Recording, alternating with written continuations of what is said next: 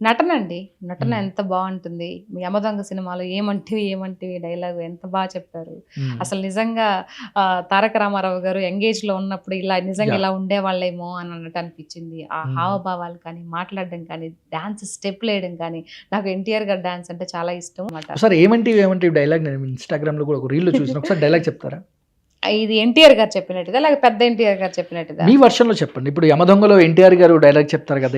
హా! ఏమంటివి? ఏమంటివి మానవజాతి నీచమంటివా? ఎంత మాట, ఎంత మాట! వైతరిణి వరకు వెంటాడి, వేధించి, ముప్పు తిప్పలు పెట్టి, మీ ధర్మసూత్రం సైతం మంటగలిపి, పతి ప్రాణములు దక్కించుకున్న నారీమణి సావిత్రిదే జాతి. మానవ జాతి.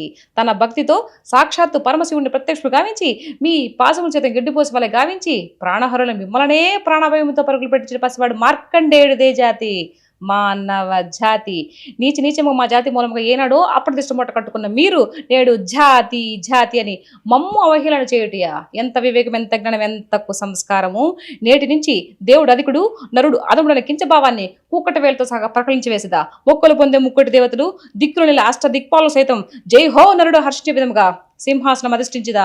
వర్ణ రత్న మణిమయ కజలాకృతమైన సభా మందిరమున అక్కుటి సేవా ప్రవర సమూహ మధ్యమున భూతలా పరిరక్షణ తరంగమైన ఈ రౌరవమున శతదా సర్వదా సహస్రద పాపాంకరమైన కుల మత జాతి కూపములను శాశ్వతముగా సమూహముగా ప్రక్షాళన గావించెదా.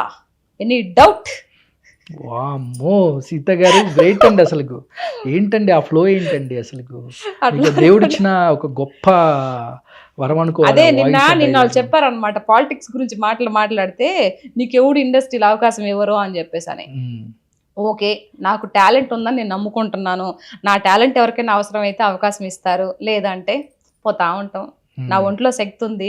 హ్యాపీగా పని